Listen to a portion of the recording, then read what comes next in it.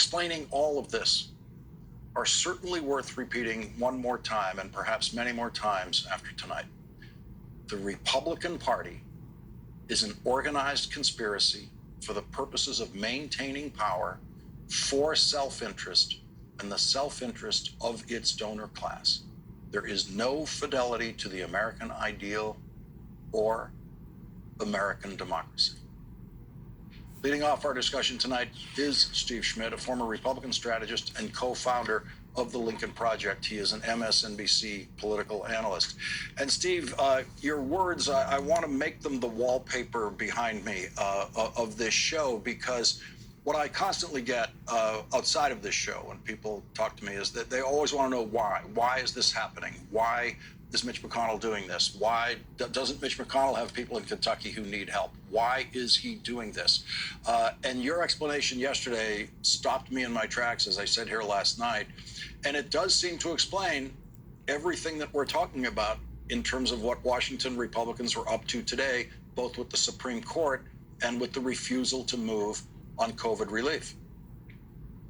Well, you saw it coming this summer, Lawrence, the astounding moment when the Republican platform became nothing more than a loyalty oath to Donald Trump, an oath of obedience, complete obedience to Trump. That's what the Republican platform was. Not even a pretense of policy issues or ideas in it. And so today's a historic day. And I know that sometimes in the instant analysis culture of fast-moving events, we can overstate the importance of an event in the context of the moment and say that this is a meaningful event in history. Sometimes it's obvious. On September 11th, right? For sure, you could say on that day that was a meaningful event in American history. It was a before and after moment. Today was a before and after moment in the life of the nation. 106 members of Congress broke faith with American democracy today. They did something the fascists, the Nazis, the Confederate Army was unable to do. They forced a majority of elected officials of one of the two major parties in a federal House broke faith with the idea that the people are sovereign, that we're a government of the people, by the people, for the people. Democracy definitionally requires one side being willing to lose an election, to accept the results, to come back the next time in the competition of ideas. And so what we saw today, this breaking of faith, which followed the poisoning of faith and belief in the system, the American system, the American Republic, which has endured since 1776. It was poisoned this month, faith and belief in it. And we're going to live with this now for all the balance, certainly of our lives, Lawrence, because the competition in American politics is now between a Democratic Party, meaning a party that believes in democracy, versus an autocratic party. And we've never seen that. When you see that many members of Congress breaking faith with their oath to overturn an election because they don't like a result, we're off the reservation to a place that we might not be able to get back on it from. And so it's a very worrying moment. And what it means is now we're one election away from losing the country to people who no longer believe in democracy. Steve, in the words of Monty Python, let's take a look at the bright side of life, if it's there. What about those 90 Republicans in the House of Representatives under intense pressure who refused to sign on to Donald Trump's case in the Supreme Court? So those 90 Republicans are interesting. What they know is a couple of things. They know that this is insanity, and they know that every member in that group of 106, that every one of them knows that Joe Biden won the election. But they're now in a political party that has an alliance with extremist militia groups, with QAnon conspiracy nuts, with nationalist groups, with white nationalist groups, with fascist groups like the Proud Boys. They are a meaningful and important part of Trump's coalition. And these Republicans stand in a coalition with those types of people. The former Republicans in the organization that we founded are inspired by how Ronald Reagan approached the contest with the Soviets.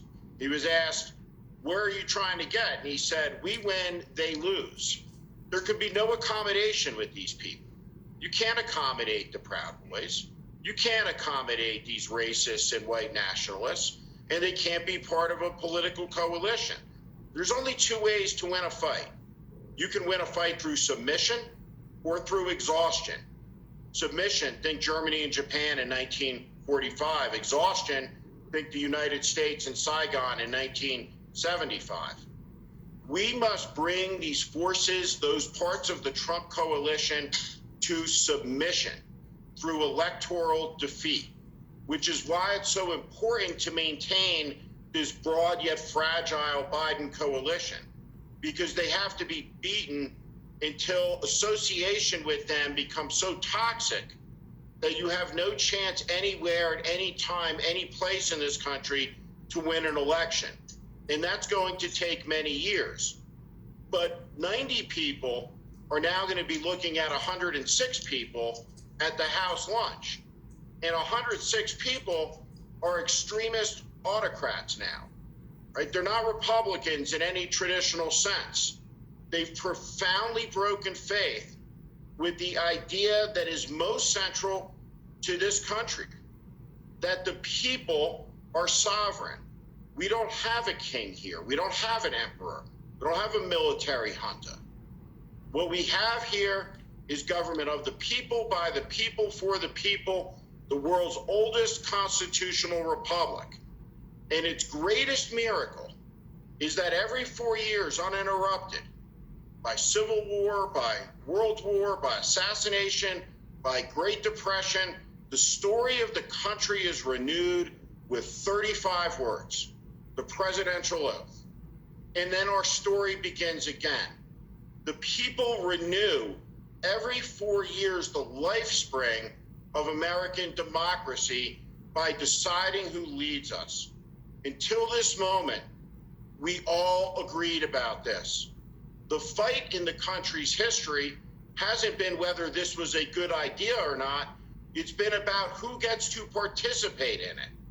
Martin Luther King came to the Lincoln Memorial to collect a promissory note, to say this belongs to us too.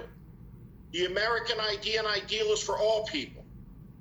That's what we now have in this country, is a fundamental debate between a majority that believes that and a minority that does not.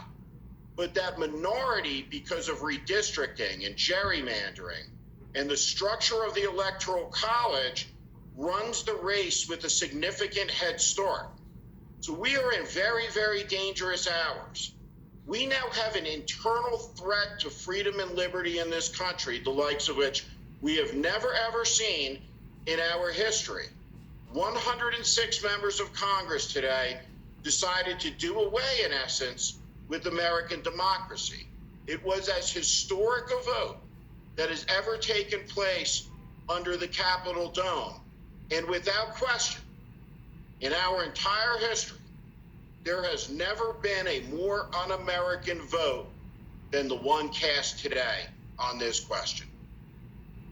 Steve Schmidt, the clarity with which you guide us through the times we are living in is invaluable and invaluable to the viewers of this program. Thank you